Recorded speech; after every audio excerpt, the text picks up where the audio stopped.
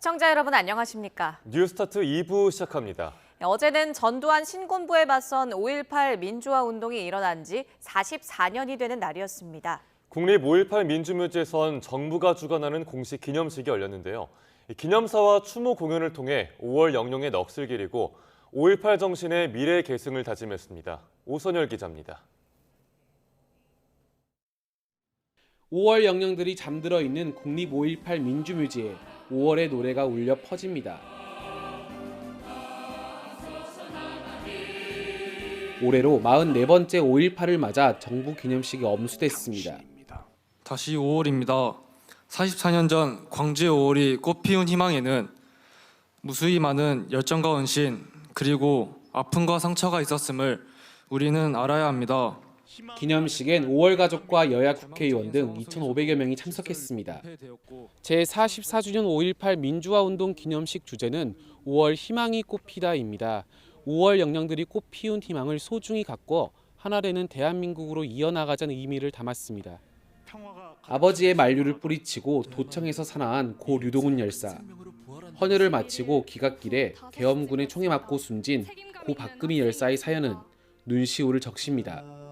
참석자들은 지난 1980년 전두환 신군부의 포갑에 맞서 민주화를 외치다 쓰러져간 5월 영령들의 숭고한 뜻을 기렸습니다. 우리는 그 5월에 무수히 많은 이팝나무꽃잎처럼 떠나보내야 했습니다. 희생의 하나하나를 열어보면 저마다의 꿈이 있었고 희망이 움트고 있었습니다.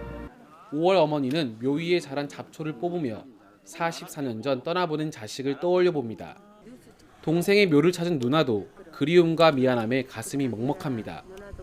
누나가 노력하고 강주가 노력하고 이 나라 모든 젊은이가 노력해서 네가 원하는 그런 대단한 민주화를 이루는 그런 세상이 누나도 열심히 할 것이지만 너도 지하에서 많이 기도해주고 응원해주기를 바란다. 참배행렬은 5.18 민주화 운동 때 최후의 결사항전이 있던 오는 27일을 넘어서도 이어질 것으로 보입니다. YTN 오선열입니다. 윤석열 대통령은 3년 연속 5.18 민주화 운동 기념식을 찾아 지금의 대한민국은 광주가 흘린 피와 눈물 위에 서 있다고 밝혔습니다. 풍요로운 희망찬 미래로 나아가는 게 5월 정신을 이 시대에 올바르게 계승하는 일이라고 강조했습니다. 윤 대통령의 기념사 들어보시죠. 1980년 5월 광주의 그 뜨거운 연대가 오늘 대한민국의 자유와 번영을 이룬 토대가 됐습니다.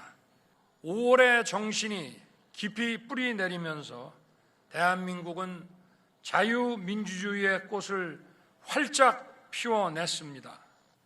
하지만 지금 우리는 또 다른 시대적 도전을 마주하고 있습니다. 정치적 자유는 확장되었지만 경제적 자유를 누리지 못하는 수많은 국민들이 있습니다. 온 국민이 행복하고 풍요로운 희망찬 미래로 나아가야 합니다. 저는 이것이 5월의 정신을 이 시대에 올바르게 계승하는 일이며 광주의 희생과 눈물에 진심으로 보답하는 길이라고 믿습니다. 한편 기념식에 참석한 여야 주요 정치인들은 5.18 정신을 헌법 전문에 넣어야 한다고 한 목소리를 냈습니다. 그러면서도 국민의힘은 5월 정신이 특정 정치 세력의 전유물이 아니라고 강조했고 민주당은 윤석열 대통령이 헌법 전문 수록 공약을 지키지 않고 있다고 비판하면서 온도차를 드러냈습니다. 정인용 기자의 보도입니다.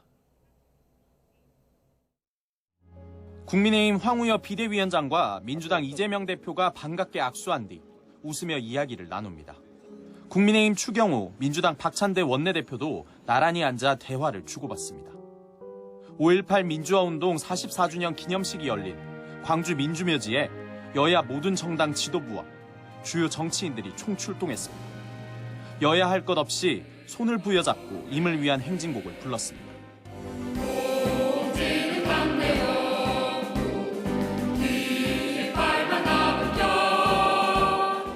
5월 영령을 함께 추모한 여야는 5.18 정신을 헌법 전문에 넣어야 한다고 한 목소리를 냈습니다.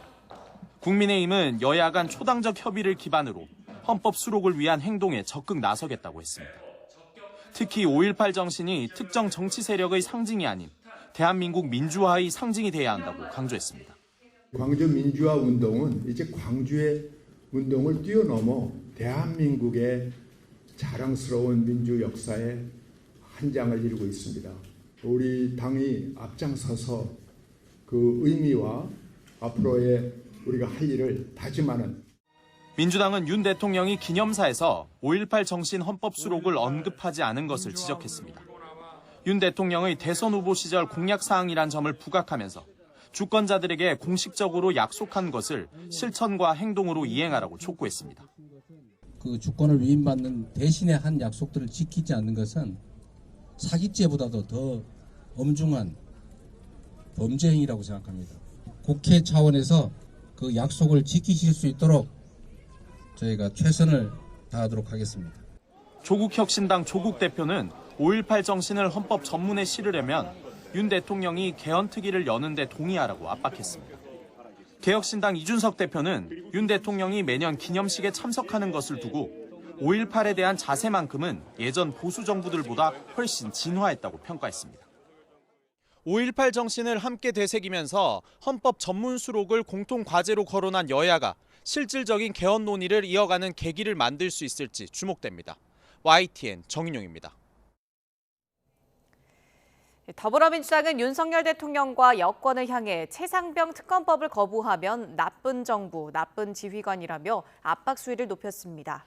국민의힘은 국회의장 후보 선출 과정에서 드러난 야당 내홍을 파고들며 맞대응에 나선 가운데 윤 대통령의 거부권 행사 시 재표결 대응 방안을 고심하고 있습니다. 보도에 임성재 기자입니다. 더불어민주당은 5.18 광주 민주화운동 기념식을 마치자마자 다시 최상병 특검법 압박에 고삐를 조였습니다. 오는 21일 윤석열 대통령의 제2요구권, 다시 말해 거부권 행사 가능성이 크다는 관측에 저지하기 위한 총력 대응에 나선 겁니다.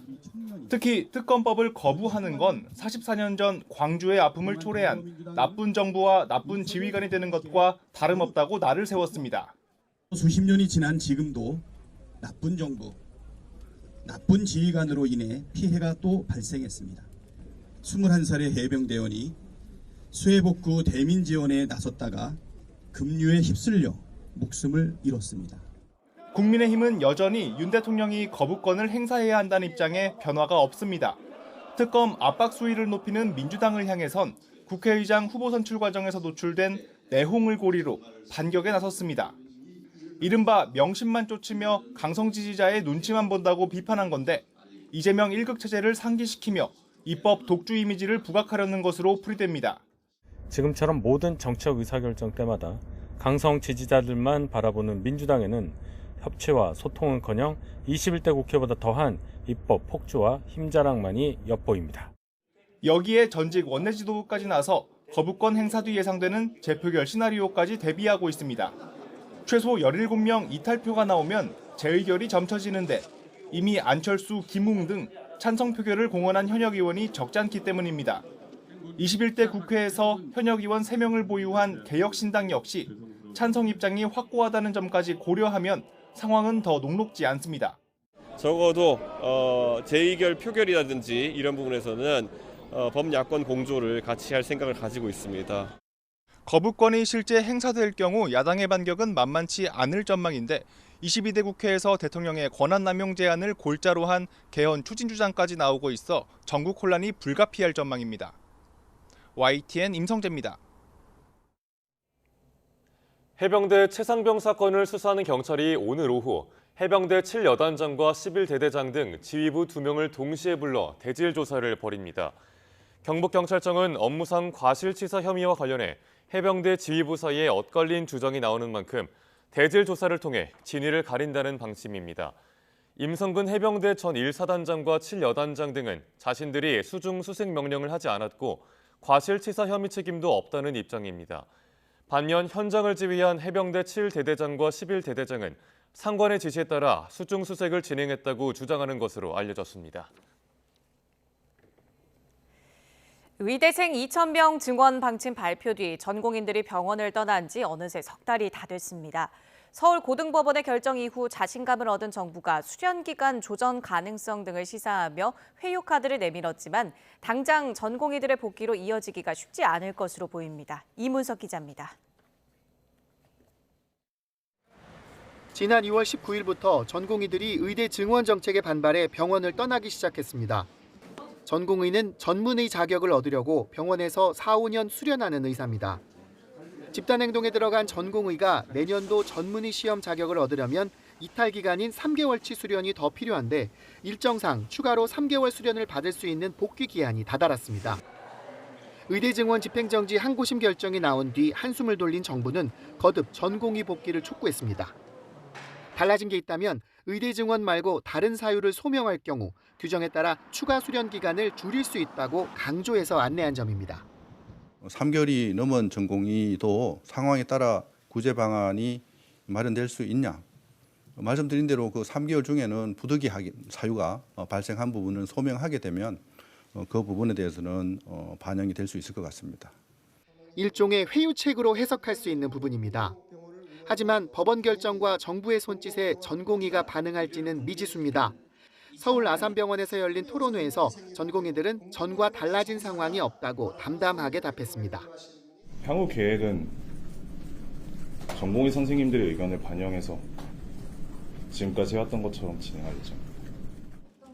의대 교수들 역시 전공의 부재가 길어질 거로 예상된다며 우려를 나타냈습니다.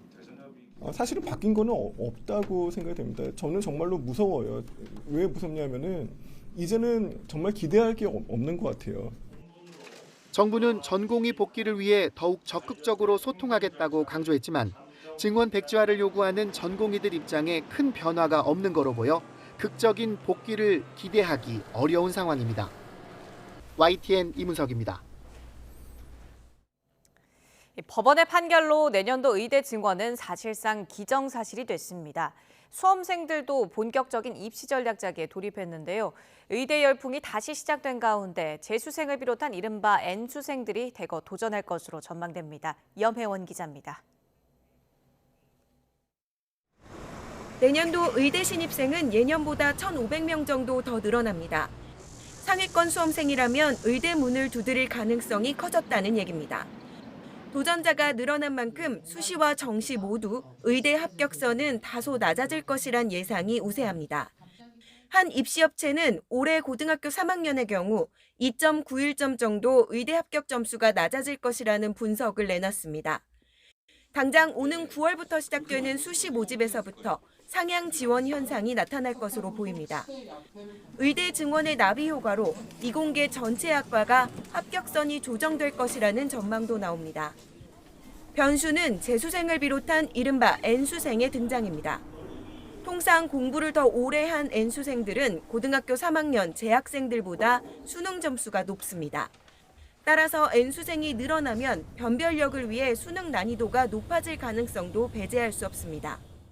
보통 8만 명 초반대가 반수생인데 의대 모집 정원 확대로 약 9만 명대까지 육박할 수가 있습니다. 고3 수험생들은 평소 모의고사보다 점수 변동폭이 클 수가 있고 또 수능 난이도를 맞추기가 어려워질 수도 있습니다. 또 의대 지역 인재 전형이 확대되면서 중복 합격자가 늘고 이에 따른 추가 합격도 많아질 수 있습니다. 이에 따라 의대 증원 첫 해 여느 때보다 치열한 수험생들의 눈치 싸움이 예상됩니다. YTN 염혜원입니다. 뺑소니 혐의를 받는 트로트 가수 김호중 씨가 대리기사를 이용해 귀가했다가 집에서 다시 나온 지 약 10분 만에 사고를 낸 걸로 파악됐습니다.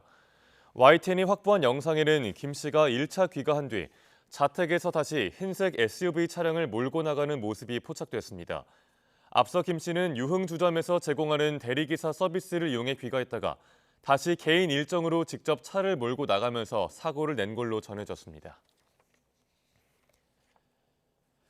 가수 김호중 씨가 사고를 내기 전 술을 마신 걸로 판단된다는 감정 결과가 나왔습니다. 경찰은 그제 국립과학수사연구원으로부터 김 씨의 소변 채취 감정 결과를 전달받은 걸로 확인됐습니다. 국가수는 김 씨가 사고 후 소변 채취까지 20시간 정도 지난 것에 비춰볼 때 기준치 이상으로 음주 대사체가 검출돼 사고 이전에 술을 마신 걸로 판단된다는 소견을 낸 걸로 파악됐습니다. 경찰은 국과수 감정 결과 등을 토대로 김 씨에 대해 음주운전 혐의도 추가 적용하는 걸 검토하고 있습니다. 음주 뺑소니 혐의를 받는 가수 김호중 씨가 경남 창원에서 열리는 전국 순회 공연을 예정대로 강행했습니다. 이번 공연은 김 씨가 뺑소니 사고를 일으킨 뒤 처음 공식 무대에 서는 자리로 논란에도 불구하고 팬 수천 명이 몰려 공연을 관람했습니다. 하지만 일부 팬들은 표 환불을 요구하기도 했고 공연 강행에 대한 비판 여론도 높은 상황입니다. 창원 공연은 내일까지로 다음 달 1일과 2일에는 경북 김천에서 김 씨의 순회 공연이 열립니다. 걸그룹 뉴진스의 소속사인 어도어 민희진 대표와 하이브 간 법적 분쟁이 이어지고 있는 가운데 뉴진스 멤버 전원이 법원에 탄원서를 제출했습니다. 이번 사태에 침묵하던 방시혁 하이브 의장도 자신의 심경을 담은 탄원서 내용을 공개하면서 양측이 여론전에 불을 지피고 있습니다. 차정윤 기자입니다. 민희진 어도어 대표가 자신의 해임이 걸린 하이브의 의결권 행사를 막아달라며 제출한 가처분 소송 신문기일이 진행된 지난 17일. 걸그룹 뉴진스 5멤버가 각각 자신의 이름으로 법원에 탄원서를 제출한 것으로 확인됐습니다. 이번 경영권 분쟁 사태 이후 처음으로 공식적인 목소리를 낸 겁니다. 자세한 탄원서 내용은 공개되지 않았지만 민 대표 측에 힘을 실어준 것으로 관측됩니다. 앞서 민 대표도 기자회견을 비롯해 여러 차례 뉴진스 멤버들과의 유대 관계를 강조한 바 있습니다. 저 뉴진스랑 저는요, 여러분들이 생각하는 관계 상상 이상이에요. 그렇고 애들이 막 혜인이는 20분 내내 나보다 더 울어서 그럼 저한테 막 그동안 침묵을 지키던 방시혁 하이브 의장도 법률 대리인을 통해 탄원서 일부 내용을 공개하며 여론전에 불을 지피는 모습입니다. 방 의장은 탄원서에서 민희진 씨의 행동에 대해 멀티레이블 시스템의 문제점이 드러났다고 보는 의견도 있지만 한 사람의 악의에 의한 행동이 많은 사람이 오랫동안 만들어온 시스템을 훼손하는 일은 있어선 안 된다고 주장했습니다. 민 대표를 비롯한 어도어 경영진 교체를 논의하는 임시주주총회는 오늘 31일입니다. 만약 가처분 신청이 기각되면 어도어 지분 80%를 보유한 하이브는 민 대표의 해임을 의결할 수 있게 되고 인용된다면 하이브의 의결권 행사가 막히게 됩니다. 재판부는 오는 24일까지 필요한 자료를 제출받고 임시주총 이전에는 가처분 인용 여부를 결정한다는 방침입니다. YTN 차정윤입니다. 이스라엘군이 하마스의 마지막 거점으로 보고 있는 라파 동부 지역을 공격해 하마스 공작원 130여 명을 사살했다고 밝혔습니다. 이스라엘군은 라파에서 하마스 무장대원이 총을 쏜 지역을 급습했다며 테러 공작원 50여 명을 제거하고 하마스 시설 약 100곳을 무너뜨렸다고 발표했습니다. 또 같은 지역에서 작전 중인 이스라엘군이 테러 공작원 80여 명을 사살했으며 라파 동부 지역에서 지하 터널도 찾아냈다고 덧붙였습니다. 팔레스타인 피난민이 밀집한 가자지구 남부 라파에 이스라엘군이 공격을 개시한 이래 이 지역 인구 절반 가까이가 대피한 것으로 나타났습니다. 필립 라자리니 유엔 팔레스타인 난민 구호기구 집행위원장은 SNS에 올린 글에서 지난 6일 이스라엘군이 군사작전을 시작한 이후 라파 인구의 거의 절반인 80만 명이 다시 피난길에 올랐다고 밝혔습니다. 이스라엘군이 가자지구 남북을 가로지르는 중심에 전진기지를 건설한 것으로 확인돼 전쟁 후에도 장기 주둔하기 위한 포석이라는 분석이 나오고 있습니다.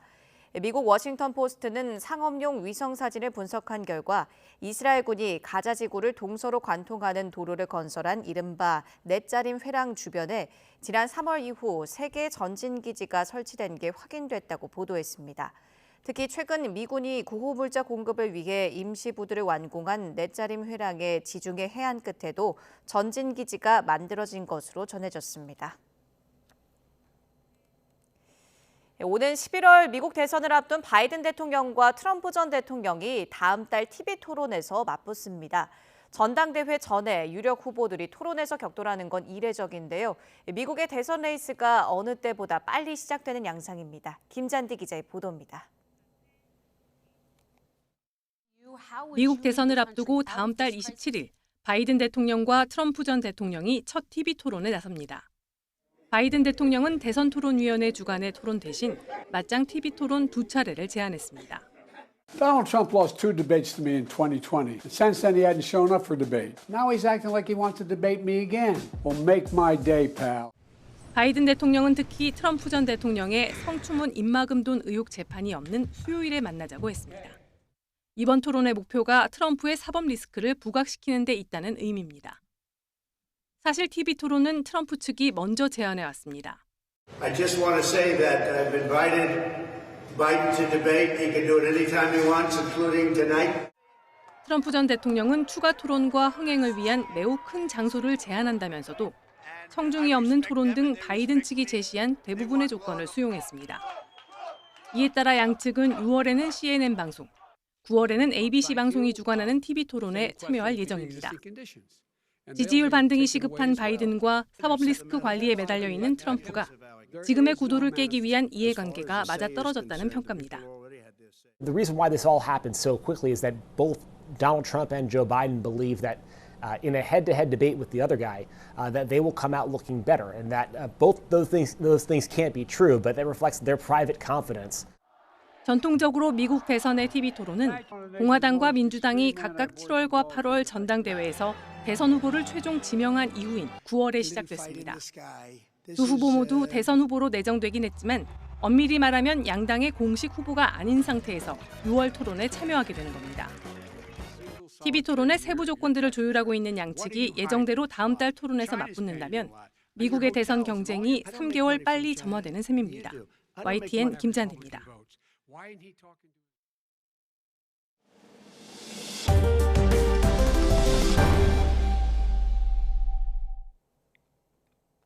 정부가 저출생 위기에 대응하기 위해 공직을 대상으로 한 각종 육아 지원 대책을 밝혔습니다.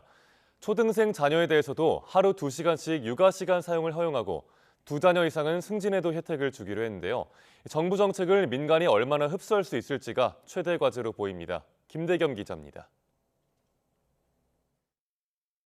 정부가 저출생 위기 극복에 앞장서겠다며 일선 공무원들을 대상으로 한 단계별 육아 지원 대책을 내놨습니다. 가족과 함께 보낼 수 있는 시간을 늘려주고 수당과 승진에도 혜택을 줘 일과 가정이 양립할 수 있는 문화를 확산하겠다는데 방점이 찍혔습니다. 먼저 하루 2시간 자녀 돌봄을 위해 주어지는 육아 시간을 하반기부터 대폭 확대하기로 했습니다.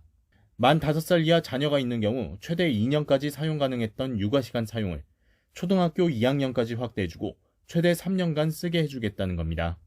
등하원이라든가 병원을 간다든가 이렇게 수시로 육아를 해야 되는 수요들이 있잖아요. 초등학교 저학년 시기에도 영유아기 못지않게 이제 자녀에 대한 돌봄이 필요하다는 의견들이 많이 있어서 올해부터 2자녀 이상 경력 단절 여성에 대한 공직 채용 혜택도 강화했습니다.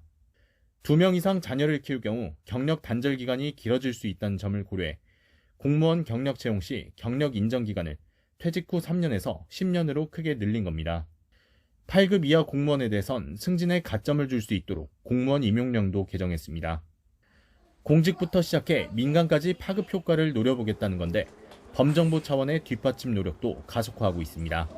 당장 저출생 대응기획부 출범을 위한 정부조직법 개정 논의부터 시작해 다음 달 저출생 종합계획 발표도 앞두고 있습니다. 정책을 과감하게 좀 하자는 거고 또 민간하고도 적극적으로 협력을 해가지고 민간이 그런 유연성 있는 일과 가정이 양립될 수 있는 그런 시스템이라든지. 정부는 민간 기업들의 동참 여부가 최대 관건이 될 것으로 보고 각종 기업 지원책과 규제 완화책 등도 고심하고 있습니다. YTN 김대겸입니다. 집중호우로 물에 잠긴 지하차도에 차들이 갇히면서 인명피해로 이어지는 사고가 자주 일어나는데요. 올여름부터는 이 같은 사고를 막기 위해 침수 위험 지역에 접근하는 차량은 내비게이션에서 경고 안내를 받게 됩니다. 홍선기 기자가 보도합니다. 지난 7월 충북 청주의 오송 지하차도에서는 갑자기 불어난 물에 차들이 갇히면서 14명이 목숨을 잃었습니다. 이미 새벽부터 홍수 경보가 내려졌고 참사 직전 인근 제방까지 무너졌지만 위험 상황을 제대로 모르는 운전자들은 그저 앞차만 따라가다가 변을 당했습니다. 무서워서 못 들어가겠다 싶어가지고 기다리다가 앞에 추월해서 나가는 차가 있었거든요. 그걸 보고 따라서 그냥 들어간 거죠. 괜찮겠다 싶으니까. 외부에서는 안에가 잘 안 보이죠. 어두운 내리막길이잖아요. 차들도 지나가길래 그래도 들어갔는데. 지난 2020년 7월에는 부산 초량 지하차도에서 폭우로 불어난 물에 차량이 갇혀 3명이 숨졌습니다. 이처럼 여름철 집중호우로 도로 침수 위험이 커져도 운전자들이 미리 인지하기는 쉽지 않습니다. 지자체가 재난 문자를 보내기도 하지만 대수롭지 않게 넘기거나 차를 모는 와중에 바로 문자를 확인해 우회하는 게 현실적으로 어렵기 때문입니다. 이 같은 사고를 막기 위해 올 여름부터는 내비게이션을 통해 침수 위험을 경고합니다. 내비게이션 GPS로 위치를 파악해 위험을 경고하는데 음성으로 안내해 운전자가 즉각 인지할 수 있도록 했습니다. 또 홍수 위험 지역 안에 있는 사람들에게는 휴대전화 위치를 기반으로 인근 침수 위험 지역을 문자뿐 아니라 지도로 알기 쉽게 전달합니다.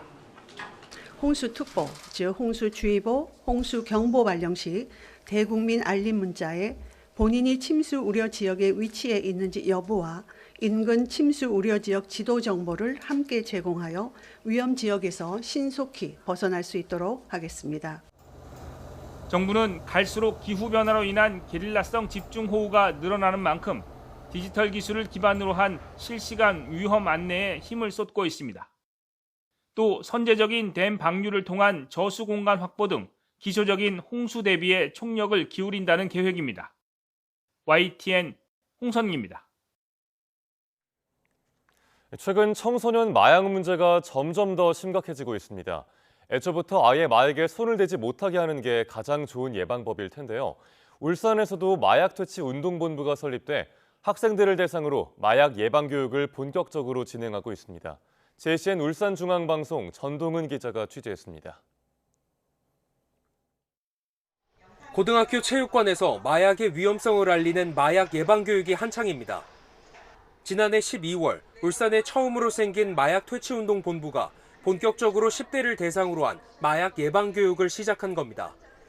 학생들은 현직 약사가 진행하는 예방 교육을 보면서 마약의 위험성을 다시 한번 깨닫습니다.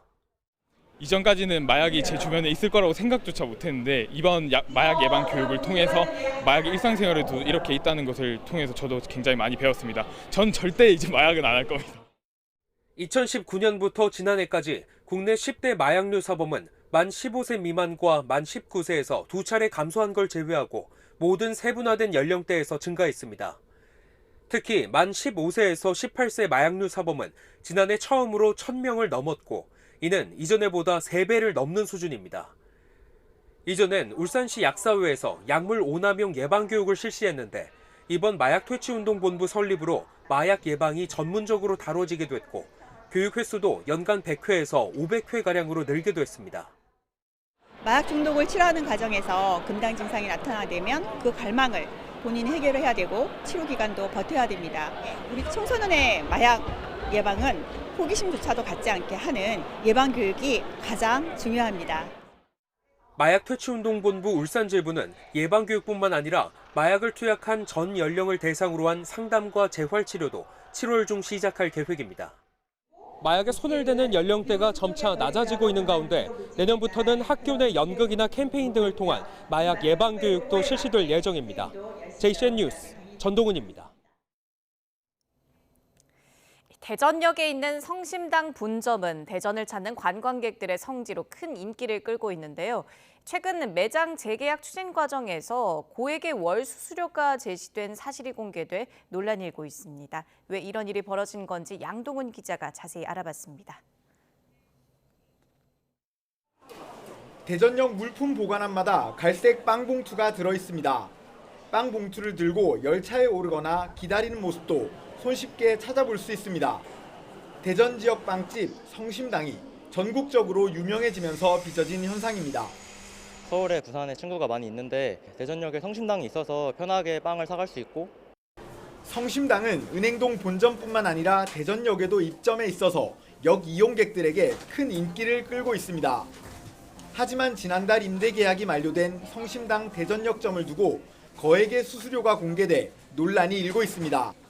코레일 유통은 이번에 회사 내규상 최저 기준인 매출액의 17%를 수수료로 내세웠습니다. 첫 모집 공고에서 제시된 월 수수료는 4억 4천여만 원으로 대전역점 월 평균 매출액으로 알려진 26억 원을 기준으로 한 금액입니다. 높은 금액의 입찰이 3차례 유찰되면서 기준이 되는 수수료만 3억 원대로 낮췄을 뿐 수수료율은 그대로입니다. 만약 이대로 계약이 체결될 경우 대전역점이 월 30억 원의 매출을 올리면 수수료로 매달 5억 원 넘게 내야 합니다. 대전하면 성심당이고 전국의 모든 사람들이 좋아하는 성심당이 코레일 측하고 좀 더 잘 해결되었으면 좋겠습니다. 성심당은 기존 5%인 1억 원 정도를 월 수수료로 고수하고 있습니다. 코레일 유통은 낙찰업체가 없으면 최대 6개월까지 계약을 연장할 수 있다는 규정에 따라 오는 10월까지 성심당과의 계약 기한을 임시로 연장했습니다. 전문가들은 코레일 유통이 공공기관임을 고려할 때 지역업체와 상생하는 방안을 마련할 필요가 있다고 지적했습니다. 코레일 기업도 공기업이지만 기업으로서의 영리를 추구하는 그런 속성이 있는데 그럼에도 불구하고 지역 도시 발전이라고 하는 공공의 또 이익도 추구해야 되는 그런 동시성이 있기 때문에 하지만 코레일 유통은 다른 입점업체와의 형평성 문제를 내세우고 있습니다. 앞서 감사원 조사와 국회 국정감사에서 성심당에 대한 특혜 논란이 제기됐기 때문입니다. 상위 임대료 10위권 매장은 평균이 31.7%인데 성심당 대전역점은 5%로 지금 하고 있어서 굉장히 특혜 시비가 많이 걸렸죠, 그죠? 이 때문에 규정을 지킬 필요가 있다는 의견도 나오고 있습니다. 네, 코레일에서 정한 그 수수료 퍼센티지가 이미 정해져 있는 거고 다른 가게의 형평성도 위해서 그 수치는 동일하게 성심도 가져가야 된다고 생각을 합니다. 코레일 유통이 입찰에 다른 업종도 참여할 수 있도록 하는 방안을 검토 중인 가운데 성심당 대전역점의 미래가 점점 불투명해지고 있습니다. YTN 양동훈입니다. 제주도에서 이상기후 등에 따른 이른바 벌마늘 피해가 확산하면서 당국이 지원책 마련에 나섰습니다. 하지만 수매가가 낮은 데다 비계약 재배 물량에 대한 지원 방안은 뚜렷하지 않아 농가의 반발을 사고 있습니다. KSTV 제주방송 김지우 기자의 보도입니다. 2차 생장으로 마늘 쪽이 2배가량 많아져 상품성을 잃게 되는 이른바 벌마늘 현상. 제주도가 마늘 농가를 대상으로 2차 생장 발생 상황을 조사한 결과 57.8%가 피해를 입은 것으로 나타났습니다. 평년 대비 10배 이상 높은 발생률인데 잦은 비와 높은 기온, 일조량 부족 등 이상기후가 원인으로 분석되고 있습니다. 지원 방안을 강구하기 위해 열린 간담회에서 농가들은 이번 사태로 유례없는 피해를 입었다고 토로했습니다. 저도 45년 동안 마늘을 했지만은 이렇게 마늘 피해가 가본 적은 없습니다. 마늘이 진짜 형편없습니다. 농민들은 비료값, 농약값, 한 푼 농협에 물을 능력이 없어졌습니다. 제주도는 농림축산식품부에 피해 지원을 요청했고 농업재해로 인정돼 재난지원금 지급 등 정부 지원이 이뤄질 예정입니다. 이와 별도로 정부와 농협은 채소가격 안정제 사업비 49억 7천만 원을 투입해 벌마늘 피해를 입은 계약 재배 물량을 수매할 계획입니다. 다만 정부와 지자체, 농협, 생산자 단체 등이 참여하는 마늘 주산지협의회가 수매 단가를 킬로그램당 2,400원으로 정하면서 농가 반발이 거세지고 있습니다. 농가에서 요구했던 킬로그램당 3,000원에 미치지 못하기 때문입니다. 정부 승인이 남았지만 최종 수매가는 2,400원에서 크게 벗어나지 않을 전망입니다. 게다가 채소가격 안정제의 사업비 분담률로 인해 수매가의 20%를 농가가 부담해야 된다는 점도 반발을 키우고 있습니다. 자부담 부분 이런 부분들이 농민들이 굉장히 지금 실망하고 되게 힘들어하고 있습니다. 대승적으로 생각해서 좀 농가들이 그래도 좀 숨통 트이게 해줬으면 하는 바람입니다. 제주도가 벌마늘 피해 신고를 받은 결과 1,360여 농가에서 500헥타르가 접수됐습니다. 정부와 농협은 벌마늘 피해가 전국적으로 확산되고 있고 피해 물량이 적지 않아 수매가를 높이긴 어렵다는 입장입니다. 조합장님들은 이제 3,000원, 3,000원을 계속 주장을 했습니다. 정부 입장에서는 이걸 도저히 받을 수 없다. 이게 왜냐하면 제주 지역만의 문제가 아니고 전국적인 현상이기 때문에 여기서 결정되는 가격 자체가 저 육지부에도 이제 기준 가격이 되기 때문에 계약 재배 물량의 수매가 결정된 반면 비계약 재배 물량에 대한 처리 대책은 전무해 이에 대한 논의도 시급해지고 있습니다. KCTV 뉴스 김지우입니다. 요즘 지방 도시마다 인구 소멸로 빈집이 늘어 골머리를 앓고 있죠. 전남 강진에서는 이런 빈집들을 적극적으로 활용해서 방문객과 정착민을 늘리고 농가 소득도 높이는 성과를 거두고 있습니다. 김연아 기자가 보도합니다. 돌담길과 기와집, 마을 곳곳에 예스러운 모습이 남아있는 전남 강진군 병영면. 여느 농촌 마을과 다르지 않은 풍경이지만 특별한 게 있습니다. 바로 마을을 찾는 생활 인구가 늘고 있다는 것. 2022년부터 빈집을 리모델링해 지역살이를 꿈꾸는 이들에게 5년에서 7년 동안 월세 10,000원을 제공하자 청년들이 체험 삼아 왔다가 정착까지 하는 사례가 늘어난 겁니다. 서울이나 그런 데서 이렇게 쳇바퀴 돌리듯이 그렇게 살지 말고 오히려 시골에서 본인의 삶을 좀 집중해가지고 살 수 있는 그런 게 훨씬 좋을 것 같아요. 빈집 리모델링을 통한 농촌 체험 민박 역시 베트남 학생들까지 찾아오는 등 8년간 58,000명이 방문해 농가에 53억 원의 수입을 안겼습니다. 농가가 똘똘 뭉쳐갖고 너무 다들 즐거운 마음으로 하고 있어요. 힘드시죠? 힘들어. 힘들다게. 힘들어도 즐거워. 보람이 있잖아요. 수입이 있으니까. 행정안전부는 지방 활성화 우수 사례인 강진에 지방 소멸 대응 기금을 112억 원으로 2배 늘리고 특히 지자체가 지역 사정에 맞춰 인구 증가를 위해 자유롭게 사용하도록 했습니다. 각 지역의 특성에 맞는 맞춤형 정책을 펼칠 수 있도록 지원하면서 지역 소멸 대응 기금이라든지 지역 활성화 투자 펀드라든지 이러한 경제적 지원을 지속적으로 하겠습니다.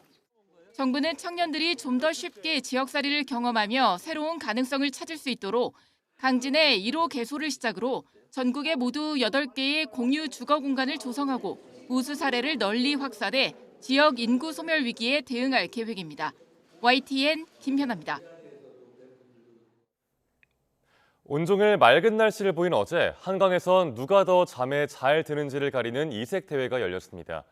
흐드러지게 핀 장미꽃을 구경하면서 가족과 지인 등과 함께 여유로운 시간을 보내기도 했습니다. 여유로운 주말 모습 표정우 기자가 전합니다. 세상이 멈춘 채로 잠든 사람들, 누운 채로 입을 벌려 일상에 쌓인 피로를 날립니다. 잠시 세상과 단절하기 위해 눈을 가려도 봅니다. 머리만 대면은 자는 사람이어가지고 항상 뭐 어디서는 너무 잠을 잘 자요. 그래서 여기서도 크게 문제가 되진 않을 거라고 생각합니다. 따뜻하니까 또 약간 김부각도 좀 먹으니까 좀 자고 싶어요. 자고 싶어서 왔습니다. 평소에 많이 못 자는데 오늘 여기서 진짜 몰빵으로 자고 가겠습니다. 잠퍼자기 대회는 현대인에게 재충전 시간을 주는 취지로 올해 처음 열리게 됐습니다. 참가자들은 이렇게 미리 준비된 에어소파에 누워 얼마나 깊게 잠드는지를 대결하게 됩니다. 잠들기 전 심박수와 잠든 2시간의 평균 심박수 차이를 비교해 차이가 가장 큰 참가자가 깊게 잠든 잠의 고수로 뽑혔습니다. 현장 시민투표를 통해 개성을 드러내는 옷을 입은 참가자에겐 베스트 드레서 상이 주어졌습니다. 활짝 핀 각양각색의 장미꽃들이 시민들의 시선을 사로잡습니다. 장미꽃밭에 옹기종기 모여 다양한 자세를 취하며 사진을 찍습니다. 가족과 친구 등 지인들과 함께 여유로운 시간을 보내는 시민들의 얼굴에는 웃음꽃이 핍니다. 오늘 날씨도 되게 좋고 사람들도 되게 많고 가족들하고 오니까 너무 좋고 날씨만큼 저희 가족들도 마음이 되게 화창하고 좋습니다. 공원 중앙에 설치된 무대에선 하모니카와 뮤지컬 등 다양한 공연도 펼쳐졌습니다. 맑은 날씨 속 시민들은 저마다의 방식으로 시간을 보내며 한 주간 쌓인 피로를 풀었습니다. YTN 표정우입니다. 주말 화창한 날씨 속 전국 곳곳에서도 축제나 행사를 찾는 나들이객들의 발걸음이 이어졌는데요. 경북 영천에서는 전통 한약재를 주제로 한 독특한 축제가 열려 많은 인파가 몰렸습니다. 김근우 기자가 현장에 다녀왔습니다. 잔뜩 쌓인 한약재에서 풍기는 구수한 향이 행사장을 가득 채웠습니다. 곱게 빻은 약재를 주머니에 담아 그윽한 향까지 그대로 집으로 가져갑니다. 고사리 손으로 직접 약재를 썰어보며 옛 조상들의 지혜도 느낍니다. 평소에 한약이라고 하면 항상 마시는 완제품만 주로 봤었는데 여기 축제장 와보니까 여러 가지 재료들도 많고 그거 아이가 직접 다 볼 수 있어서 너무 좋았고요. 전국 최대 규모 한약재 유통시장을 보유한 경북 영천시에서 한약축제가 열렸습니다. 최대 집산지에 걸맞게 각종 약재를 활용한 다채로운 체험 행사가 마련됐습니다. 화창한 주말 신기한 약재를 체험해본 나들이객들은 편안한 한방 조격으로 한 주의 피로도 풀어봅니다. 편안해요. 저는 여기 와서 처음에는 한약에서 저는 별로 관심이 없었는데 조격하고 나니까 좀 관심이 조금 많이 있어진 것 같아요. 영천시는 근처에서 비슷한 시기에 진행하는 작약꽃 축제와 연계해 행사 규모를 확대했습니다. 영천에 없는 약재는 우리나라에 없다는 말이 있을 정도로 영천시는 국내 한약재 산업의 메카입니다. 온 가족이 즐길 수 있는 참여 중심의 행사를 준비했으니 낮 최고 기온 30도를 웃도는 이른 더위 속 주말. 나들이객들은 달콤한 한약재 향에 취해 봄 정취를 만끽했습니다. YTN 김근우입니다. 경북 영주시 소백산 자락에는 유네스코 지정 세계유산인 부석사가 있습니다. 우리나라 사찰 건축의 백미로 꼽히는 부석사의 아름다움을 헬로티비 서희동 기자가 소개합니다. 웅장하면서도 인자함이 느껴지는 불상. 우리나라에서는 흔하지 않은 흙으로 빚은 소조 불상으로 가장 크고 오래됐습니다. 불상을 모신 무량수전의 기둥은 가운데 배 부분이 더 굵습니다. 멀리서 봐도 건물을 안정적으로 보이게 하는 배흘림 기둥입니다. 마당에선 팔각석 등의 멋스러운 형태와 정교한 조각도 눈을 떼기 힘듭니다. 모두 우리나라의 국보로 몸만 돌리면 함께 바라볼 수 있는 석탑과 누각, 종각도 보물로 지정됐습니다. 올라오면 올라올수록 되게 웅장하면서도 다른 사찰보다 되게 많이 거대하다, 웅장하다, 그러면서도 되게 견고하다. 목조 건물이 되게 좀 멋있더라고요. 유네스코 지정 세계문화유산인 영주 부석사, 국보 5건과 보물 9건, 경상북도 유형문화재 2건 등 지정문화재만 16건을 보유한 사찰로 발길 닿는 곳마다 역사적 가치가 넘쳐납니다. 절을 창건한 의상대사를 모신 조사당과 내부의 벽화 역시 국보로 지정됐고, 방랑시인 김삿갓이 극찬한 태백산맥의 절경은 계절과 시간마다 모습을 바꾸며 장관을 연출합니다.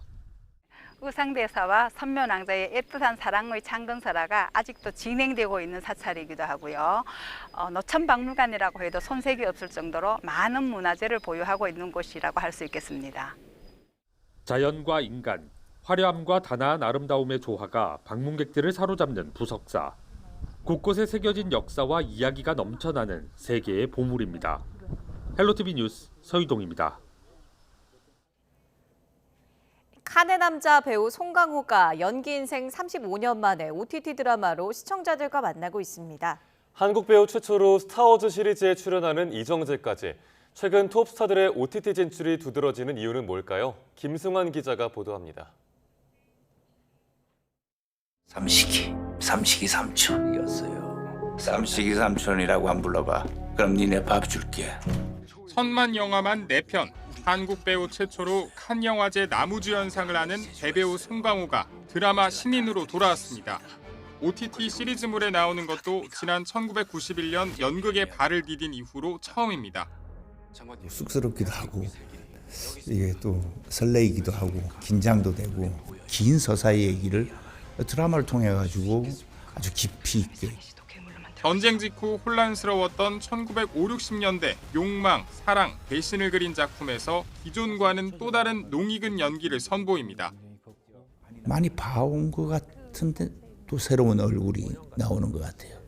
그러니까 그런 것이 굉장히 좀 반갑고. 이처럼 스크린 스타들을 OTT에서 보는 건 어렵지 않게 됐습니다. 오징어 게임을 통해 월드스타로 도약한 배우 이정재도 이번엔 스타워즈에 입성해 전 세계 팬들을 찾아갑니다. 스타워즈를 촬영했다는 것에 대해서 아직도 믿겨지지가 않고요. 배우 류준열도 처음 OTT에 진출하는 한재린 감독 작품으로 시청자들을 만날 계획인데 올해 주요 OTT 라인업을 봐도 톱스타들이 줄줄이 대기하고 있습니다. 안정된 제작 환경에서 캐릭터 연구에 공을 들이고 싶어하는 배우들과 막강한 자본력을 업은 업계 이해관계가 맞아떨어진 데다 한국 영역의 부진까지 이어지면서 스크린 스타들의 OTT 선택은 당분간 이어질 것으로 보입니다. YTN 김승환입니다. 과거 FC 서울을 이끌었던 귀내슈 감독이 우리 축구대표팀 사령탑으로 낙점됐다는 외신 보도가 나왔습니다. 축구협회는 오보라고 일축하면서 새 감독 선임을 원점에서 재검토한다고 밝혔습니다. 조은지 기자입니다. 귀내슈의 과감한 결정 돌아가다. 튀르키예 한 매체의 보도입니다. 이 매체는 귀내슈 감독이 한국 축구대표팀과 3년 계약을 맺었다면서 10월 이후 그라운드로 복귀한다고 적었습니다. 한국에서의 모험이 다시 시작된다며 과거 FC 서울을 이끈 이력도 소개했습니다. 대한축구협회는 당장 오보라고 일축했습니다. 정혜성 전력강화위원장은 차기 감독 선임과 관련해 아직 결정된 게 전혀 없다고 말했습니다. 어디서 나온 건지 저쪽 튀르키예 쪽에서 나온 것 같은데 그건 오보라고만 알고 계시면 됩니다. 축구협회는 클린스만 감독이 경질된 이후 벌써 석 달째 새 사령탑을 찾지 못하고 있습니다. 영입 1순위였던 마쉬 감독은 캐나다 지휘봉을 잡았고 카사스 감독은 이라크 잔류를 선택했습니다. 협회가 점 찍은 유력 후보들과 협상이 줄줄이 불발된 건데 감독 선임을 원점에서 재검토하는 거냐는 YTN 질문에 정혜성 위원장은 그렇다. 모든 가능성은 열려 있다고 대답했습니다. 두둑한 연봉을 줄 수 없는 빠듯한 협회 살림, 즉 돈 문제가 발목을 잡는다는 분석이 나옵니다. 6월 월드컵 2차 예선 2경기를 앞두고 늦어도 다음 주 초에는 구단에 선수 소집 공문을 보내야 하는 만큼 시간이 별로 없습니다. 3월 황선홍에 이어 또 한 번 국내파 임시 사령탑 체제가 예상되는 가운데 축구협회는 오는 월요일 정몽규 회장을 중심으로 대응 방향을 확정할 계획입니다. YTN 조은지입니다. 이번 달 고전하던 프로야구 기아가 3연승을 달리며 단독 선두를 굳건히 지켰습니다. 기아는 KBO 리그 창원 원정에서 5이닝 2실점으로 데뷔 첫 승을 챙긴 선발 황동하와 4안타 2타점으로 활약한 김도영을 앞세워 NC의 7대2로 이겼습니다. 삼성은 맥키넌의 9회 끝내기 홈런으로 한화를 9대8로 잡고 3연승을 달렸습니다. LG와 SSG, 두산도 나란히 승리를 챙기면서 치열한 중위권 싸움을 이어갔습니다.